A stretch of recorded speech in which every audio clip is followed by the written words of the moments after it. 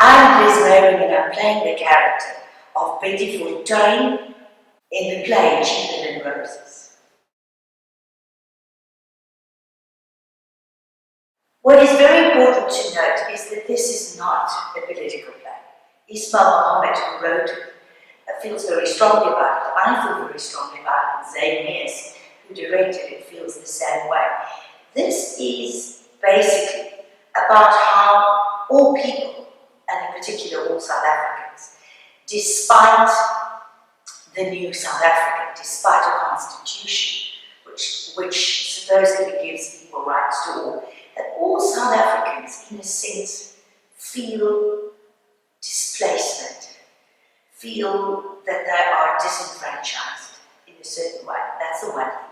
The other thing is, all of us can identify with the fact that we sometimes wish we could deny, forget, eradicate aspects of our past, of how we grew up, of who our family is, of our environment. So it asks the question, it begs the question, how much can we reinvent? And how much of this is ingrained genetically? Nothing to do with race, to do with our environment and where we come from.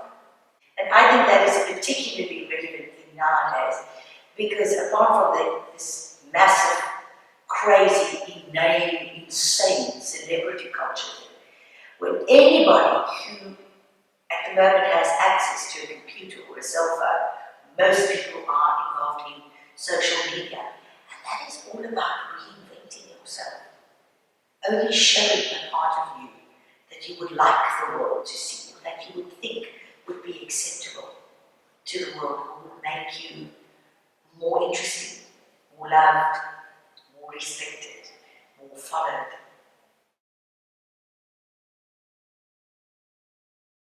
It depends on which generation you're speaking about. I had a discussion with Chris Smith, who designed the set and the lighting and is also the producer of this. He was referring to an incident which happened at another arts festival, and he said, I'm sick of your generation. They must just die. Because honestly, you guys can't just move on. Can't you just move on? But interestingly enough, in terms of audiences, and we've played this in a number of places, I have had young people. Yesterday, there was a young colored girl, young, who came to me crying after the show, saying, I'm not of this generation, but genetically, I feel the wound of this. Because my family never speaks about it. It's done in whispers and behind closed doors, and I don't know what this is about. I said to Chris, my producer, be very careful where and how you're pointing your finger, because there are people who are going to have scars because of what is being done now. So any era will have its wrongdoings. And it was an interesting thing. Two of my colleagues, one is the famous actor Christo Davids, the other one is the famous actress Vanette Ibrahim, whom I used in the production My Name is Ellen Buckies, which I wrote and directed and produced. Vanette came to see the show and she bawled. But Vanette is even older than I am. Christo is younger, and he sat and said, I loved your performance, I love the music, I love the set, Zayn's directing.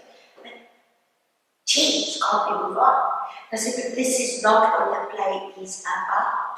The play is not about the reclassification.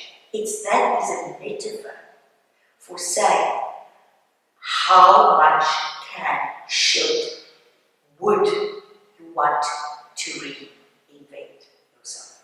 So I think it's more a matter of older people understanding the vulnerability of the human condition in terms of stuff like that, and a younger generation not understanding that vulnerability of the human condition yet.